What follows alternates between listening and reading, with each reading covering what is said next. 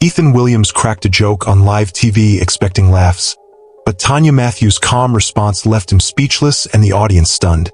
The cameras were already rolling when Tanya Matthews stepped onto the stage. Not a hint of hesitation in her walk, black heels, sapphire blue blazer or tight coils styled up into a bun that didn't move an inch. The audience clapped, their enthusiasm building as the lights bathed the stage in a familiar glow. Mark Larrabee, the host, shot a glance toward the camera, his mischievous grin in place, ready for another night of typical late-night banter. This was supposed to be just another interview with a rising politician, a playful back and forth between jokes and serious topics. But Tanya was different. As she walked, every step she took was deliberate, every movement purposeful. She was a congresswoman, yes, but more than that. She was Tanya Matthews, a woman who'd fought hard to stand on that stage. A black woman, at that, a reality that was too often oversimplified by others. In spaces like this, her identity was as much of a spectacle as her political acumen. She wasn't just another guest. She had walked through the fire of stereotypes long before stepping into the spotlight, and she wasn't about to shrink. When she reached the desk, she shook Ethan's hand firmly. The handshake was swift but steady, a perfect reflection of the composure she'd spent years perfecting. The cameras captured the moment in real time, the applause of the audience echoing off the studio walls, a sound that was polite, but nothing more. And Tanya? She didn't need their applause to know she belonged there. The applause subsided as Ethan Williams leaned back in his chair, flashing his signature mischievous grin. He knew exactly what kind of night this would be, and he was prepared to have fun with it. The audience shifted in their seats, eager for the banter that always accompanied late-night political interviews. "Tanya Matthews," he said, voice light, the way he always said it when a politician walked into the room. The unstoppable force from Detroit, or should I say, the one-woman filibuster machine? His tone was playful, almost teasing, as he looked up at her, anticipating the usual laughter that would follow. Tanya gave a small, polite laugh. It wasn't the kind of response most would expect from someone in her position, but it wasn't the first time she'd heard such remarks. She had learned long ago that when people didn't know what to make of you, they often made jokes about what they thought you were. "Call me Tanya," she said smoothly, her voice calm and warm, but firm. "I'm not anyone's filibuster machine." The audience laughed, but this time it wasn't with the usual enthusiasm. There was a slight uncertainty in the air. Who exactly was the joke directed at? Tanya was a presence in the room, and not everyone could easily laugh off her straightforwardness. The first few minutes rolled by like any other late-night interview. Ethan threw out a few light jabs at Congress, poking fun at the usual drama in Washington, but Tanya Matthews took it all in stride. She'd answered questions like this countless times. Politicians always had their antics, their usual lines, but this wasn't about playing along. This was about Tanya showing up as herself. She didn't let the jokes throw her off balance. Instead, she replied with practiced answers, each one measured, precise, yet always with a hint of her sharp wit. And when Ethan pushed just a little too far, throwing in his own smart remark, Tanya was quick to return the volley with a sharp jab of her own, but all with the kind of grace that left the audience unsure whether they should laugh or take it seriously. It was the back and forth that everyone expected, but Tanya wasn't just another politician playing the game. She was here to make sure the conversation moved at her pace. And that was just the beginning. Ethan Williams leaned forward, his grin becoming a bit more mischievous as he shifted the conversation. He pulled out a note card from the stack in front of him, as though he were preparing for the real fun to begin. The audience could sense a change in the atmosphere, a slight shift in tone. They were used to the playful banter, but this was different. He was about to turn up the heat. "Tanya Matthews," he said, his voice lowering slightly. "You're known for being, how should I put it, a little spicy. Is that a strategy you've honed over the years? Or do you just wake up ready to fight every morning?" A few chuckles erupted from the crowd, but there was a certain discomfort that lingered in the air, as though they weren't sure who this joke was really about. Tanya remained calm, the weight of his words not escaping her. She tilted her head slightly, studying him, and for a brief moment, the room fell quiet.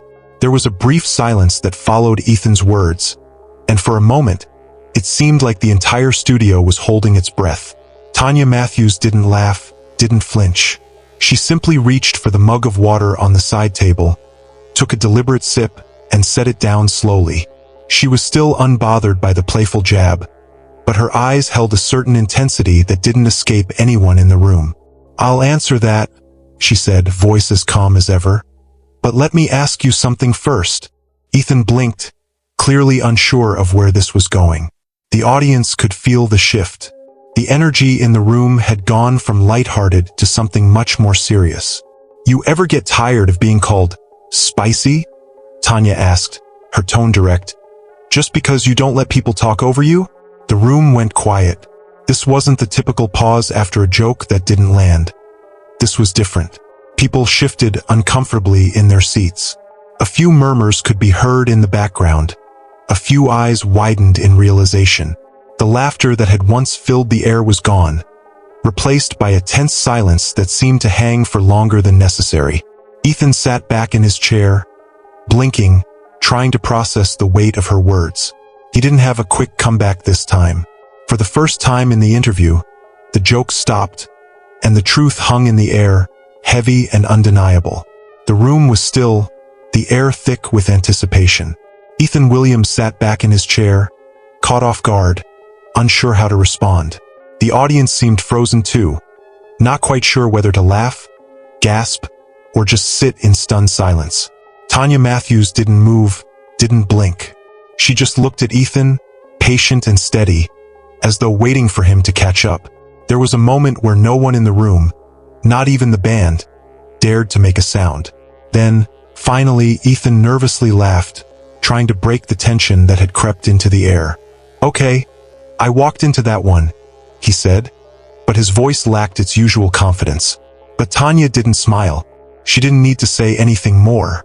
The impact of her words was enough to shift the entire tone of the interview. Ethan chuckled awkwardly, clearly trying to shift the conversation back to safer ground. He tapped his note cards together, a nervous habit, attempting to regain his rhythm.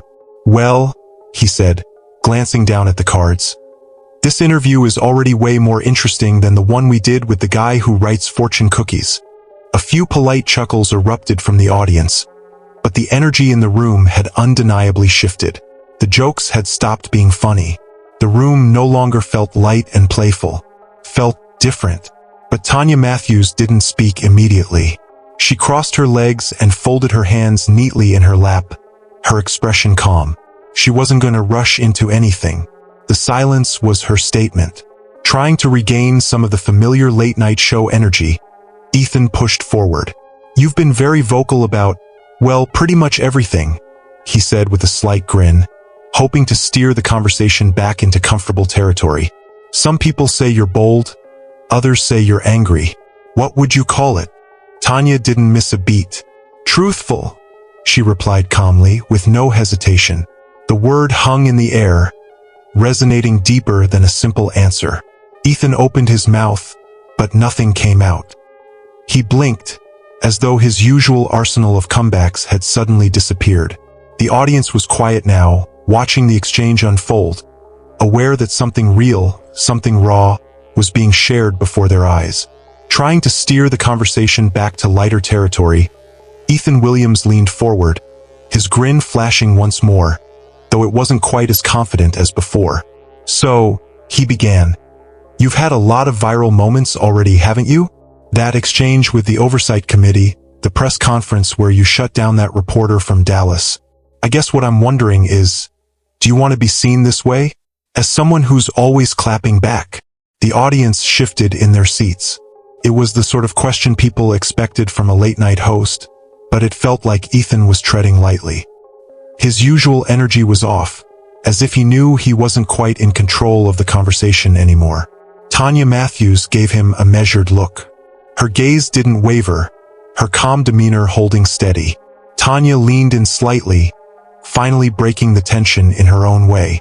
"When you grow up being told to be twice as good and still get talked about like you're twice as difficult," she began, her voice low and steady, "you learn to pick your words carefully.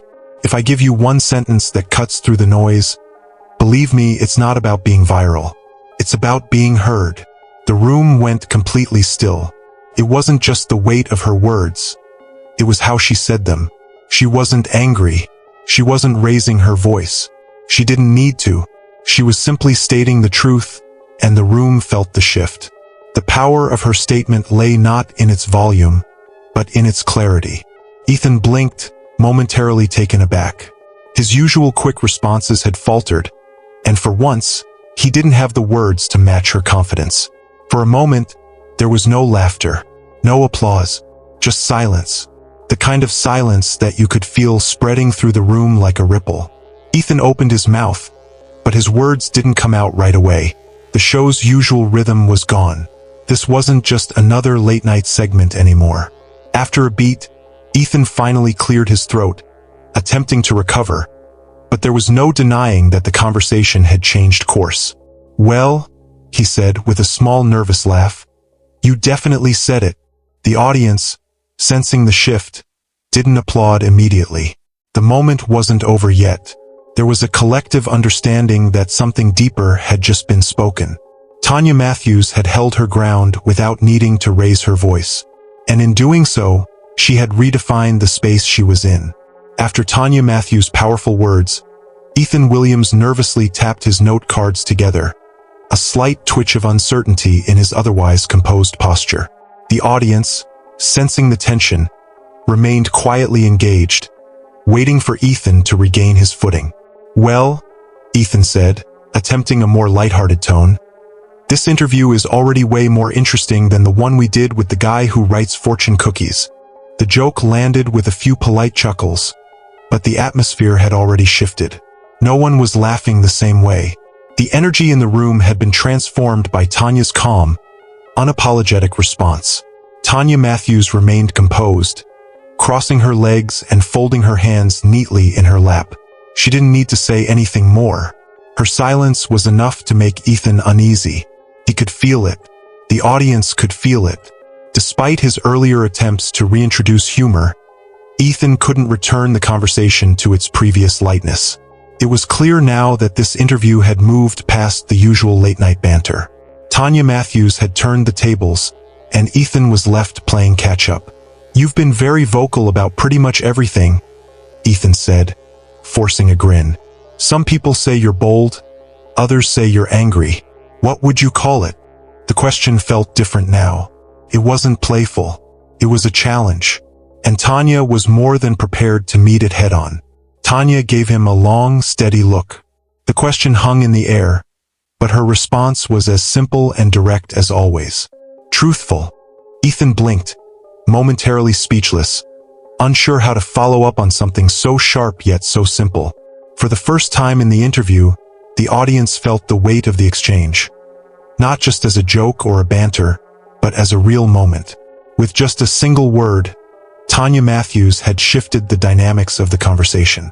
"Truthful," she had said, and the room felt like it had come to a standstill. Ethan looked like he was processing, trying to find his footing again, but his usual banter had faltered. Tanya leaned back, her posture still composed, her eyes unwavering. "Truthful is good," Ethan stammered, as though trying to regain control of the moment. But there was no quick recovery. There was no going back to the easy jokes. The silence that followed wasn't awkward, it was reflective.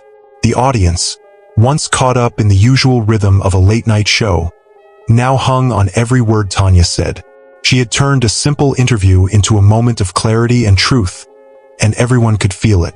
The usual banter, the quick wit, the easy laughs. All of that had faded. What remained was a conversation, grounded in honesty and respect. In an effort to break the tension that had hung over the conversation, Ethan Williams tried to steer things back into more familiar territory. He glanced at his note cards once again, hoping for a safe path forward. "Well," Ethan began, leaning in slightly with a half-smile, "this interview is definitely one for the books. You've been vocal, you've checked me a couple of times, and I think I'm still recovering. But let's talk about your future. Congresswoman today. But tomorrow, Senate? The White House? Netflix special?" The audience chuckled, the humor forced, but the underlying shift in the conversation was still present. Ethan's joke had landed a little awkwardly this time. It wasn't a smooth segue like usual, and there was something about it that felt out of place. Tanya Matthews chuckled softly, but her smile held something sharper behind it. "Funny thing about the future," she replied, her tone cool and measured. "Everyone thinks they know yours better than you do." The room was quiet again, as though the audience could sense the depth behind her words. Ethan paused, unsure how to respond, his attempt at humor now forgotten. It was clear that Tanya wasn't going to be boxed into a narrative she didn't define for herself. As Ethan searched for a way to keep the conversation light, Tanya Matthews leaned forward slightly, her eyes locked on his. "Every time I step into a space like this," she said, her voice steady, "someone tries to write my story for me before I've even finished a sentence. People love to skip to the end when it's someone like me." The words were simple, but they hit with a weight that left Ethan momentarily speechless. This wasn't about politics. This wasn't about late-night banter. This was Tanya speaking directly to a larger truth about the way she, as a black woman, was constantly reduced to stereotypes before she even had a chance to show who she was. Her words echoed in the air, and the audience could feel the sincerity behind them. The shift in tone wasn't just in the conversation. It was in the entire room. The usual rhythm of the late-night show was gone, replaced by something much more authentic, much more powerful. Ethan blinked, realizing that he had unwittingly triggered a larger conversation about identity, race, and respect. Ethan Williams knew the show had shifted. He had tried to regain control with humor, but Tanya Matthews had moved the conversation into a place where no one could ignore the underlying truths. The atmosphere in the room was now heavy with respect. Ethan took a deep breath, still unsure of how to carry the conversation forward. "You've had your share of viral moments," Ethan said, his voice softer now, his usual bravado replaced with a level of sincerity. "I guess what I'm trying to ask is, do you want to be seen this way? As someone who's always clapping back, always challenging the narrative?" Tanya Matthews didn't hesitate. "I'm here to speak my truth," she said, her voice unwavering. "And when you grow up being told that you need to fit into someone else's idea of who you are, you learn to take control of your own narrative. That's what I'm doing. I'm not playing by anyone's rules. I'm playing by mine." The room was silent again, not in discomfort, but in admiration. Ethan could only nod. He hadn't expected this interview to turn into something so deeply personal, but now he was fully aware that Tanya Matthews wasn't here for the usual political theater. She was here to remind everyone that she wasn't anyone's stereotype, and she wasn't about to let anyone define her story. The interview had been progressing smoothly, but Tanya Matthews had already set a new tone. The usual banter, the playful jabs, it all seemed to fall away. The room was no longer just part of a late-night spectacle. It had become a space for something deeper. Ethan Williams had started out trying to make light of the situation, but Tanya's words were piercing through the surface level. As Ethan continued to try to shift the mood with his usual questions, it was clear that Tanya Matthews wasn't just participating in this interview.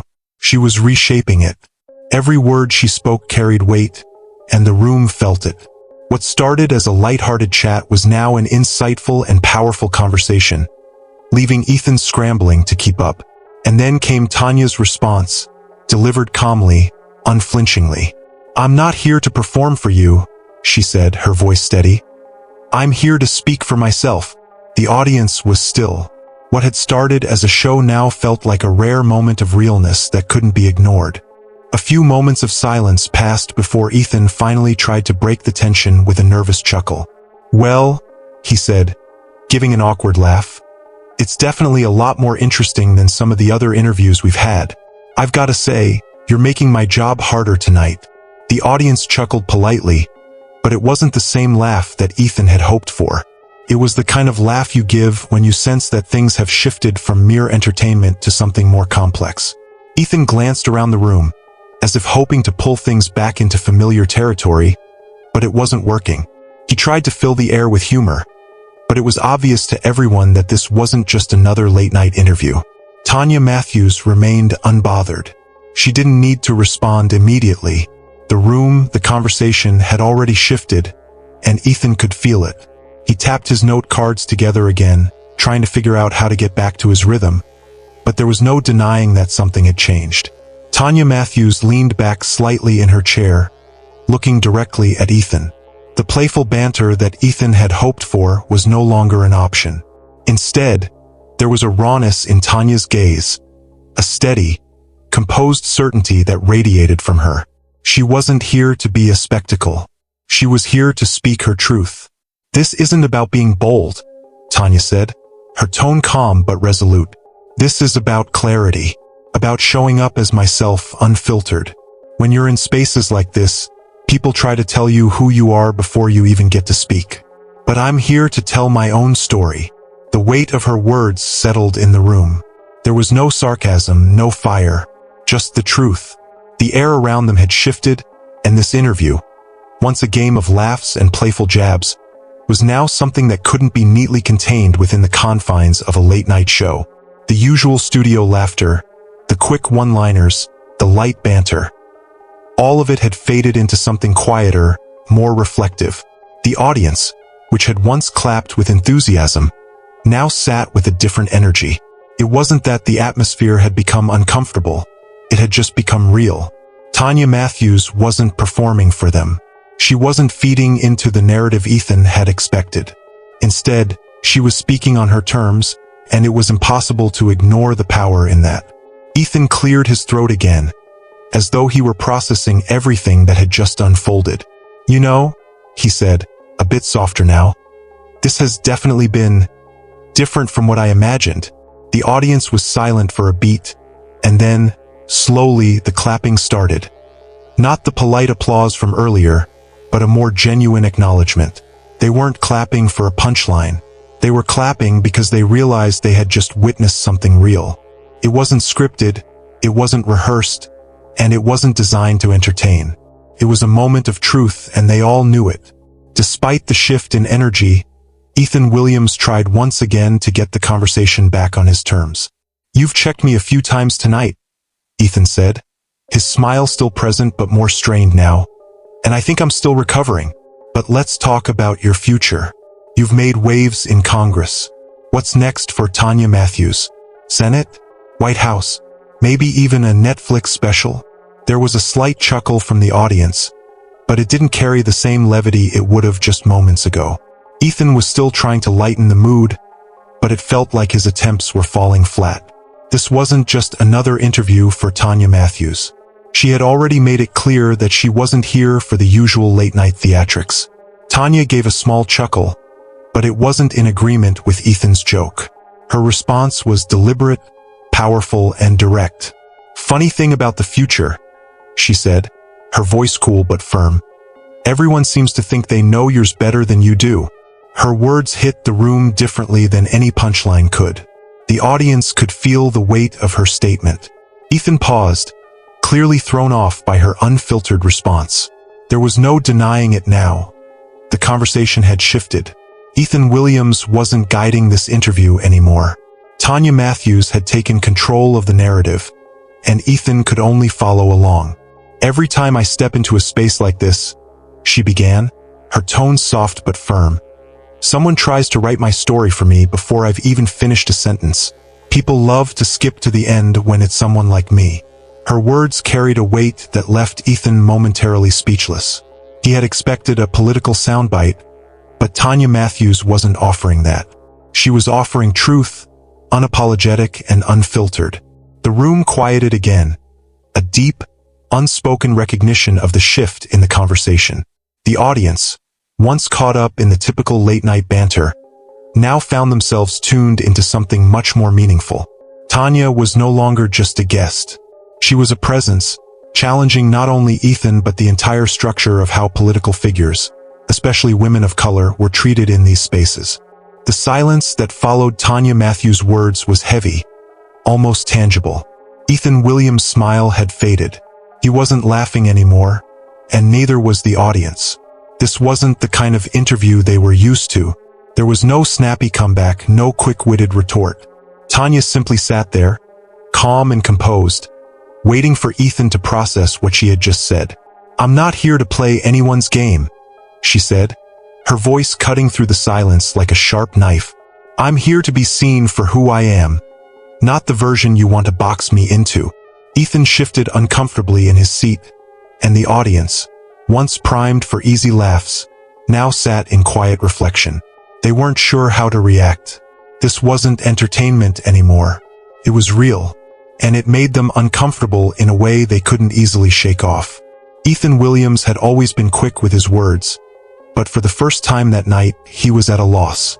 The usual rhythm of the show was gone. The jokes, the one-liners, the typical late-night banter. It all felt trivial in comparison to the rawness of what Tanya Matthews had just shared.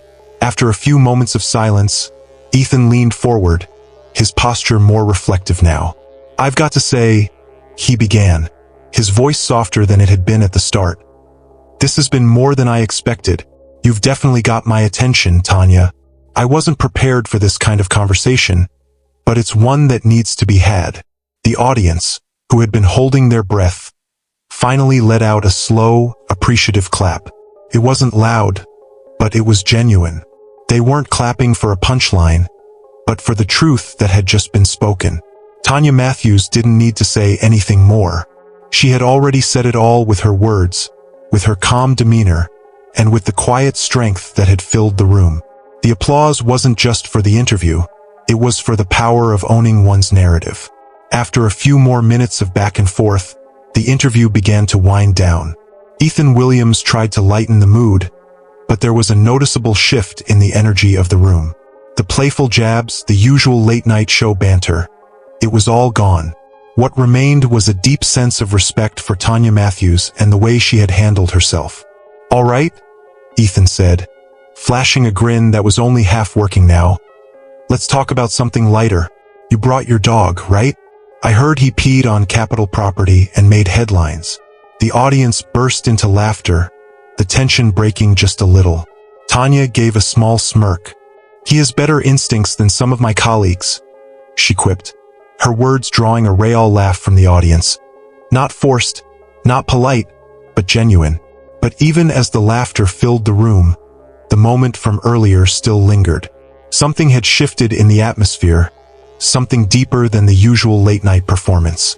Tanya Matthews had made her mark, and it was clear to everyone watching that she wasn't just another politician. As the segment continued, there was a subtle shift in the way Ethan interacted with Tanya. His usual playful demeanor had given way to something more thoughtful. The questions were softer now, not probing, not sarcastic. Tanya remained calm, poised, and unbothered by the shift in tone. She had already said what needed to be said. The applause that followed wasn't as loud as it had been at the beginning, but it carried with it a new sense of respect. No standing ovations, no exaggerated displays of admiration.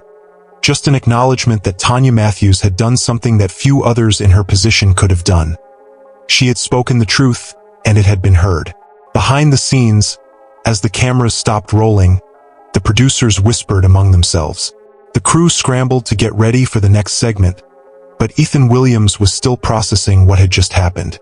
He sat quietly for a moment, staring at his notes, his mind replaying the earlier exchange. Meanwhile, Tanya Matthews didn't need to say anything more. She had made her point. As she walked off the stage, the buzz from the interview continued to grow online. The viral clip hit social media platforms within minutes, and the internet exploded. The responses were divided. Some praised her for holding her ground with grace, while others questioned the way Ethan had handled the conversation. But for Tanya, it didn't matter. She had already said what she needed to say.